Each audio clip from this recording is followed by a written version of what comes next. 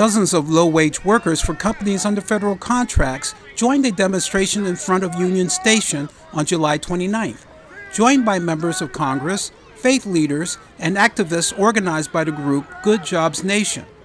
The goal is to get President Obama to sign a Good Jobs executive order that would be binding on companies with federal contracts, including stores and restaurants that operate on federal facilities.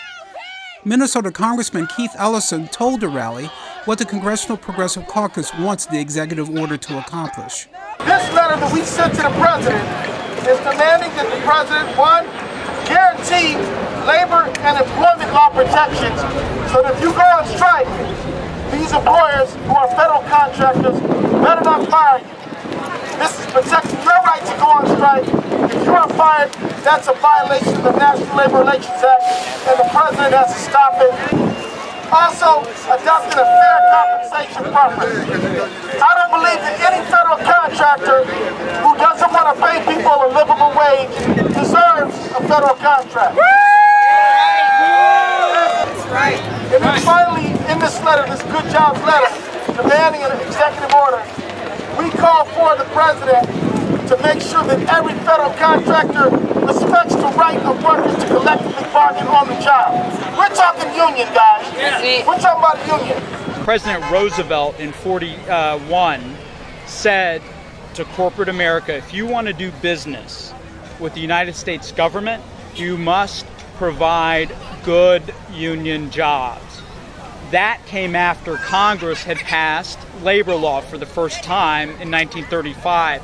Those two things, labor law legislation and executive action to create good jobs on procurement, built the biggest middle class in the history of the world. So, I think in every moment of social change in this country, it's taken two things. It's taken militant action, right? Workers rising up, and it's taken receptive elected leaders raising their voices. And I think what you're seeing today is the beginning of a new movement of workers calling on the president to do even more. They were supported by progressive members of Congress. This is a winning combination. Last year, workers went on strike. Progressive members of Congress stood behind them, and the president issued the 1010 executive order. Now, workers are going on strike, supported by members of Congress, and they're saying the president must do more than 1010. 1010 is a great first start, but it is not a way. It's not, you can't afford the American dream on 1010 an hour. Onna Dandridge was fired from her job at the Potbelly sandwich shop at Union Station after she joined an earlier worker protest. She got her job back thanks to fellow supporters, and she is still speaking out. She explained why.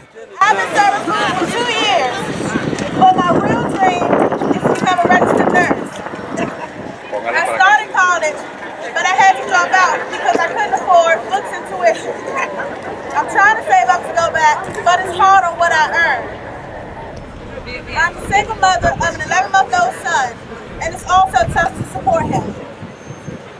I can't afford to live on my own, so I live with my mother who also works. Even with 2 incomes, we don't make enough to cover the bills and rent, so we have to rely on public aid. Growing up in a single-parent home, I had to watch my mother struggle to pay bills and take care of 3 children. I made a promise to myself that when I was old enough to get a job, I would take care of her. I want to keep that promise to her. That's why I'm fighting to form a union. A Good Jobs executive order would improve the wages and working conditions of millions of workers. But for many of the leaders of the Good Jobs movement, this is not just about money. It is about the morality of making the economy more fair and more just. About 6 months ago, I met Onna Dandridge, learned of her wonderful son, stood with her even as we fought to get her job back, and standing with her and all of you here today, recognizing that we in the faith community witness both to injustice that will be defeated as we stand together and raise our voices in unity, but also because we know that our God is a God of abundance, that our God is one that has cattle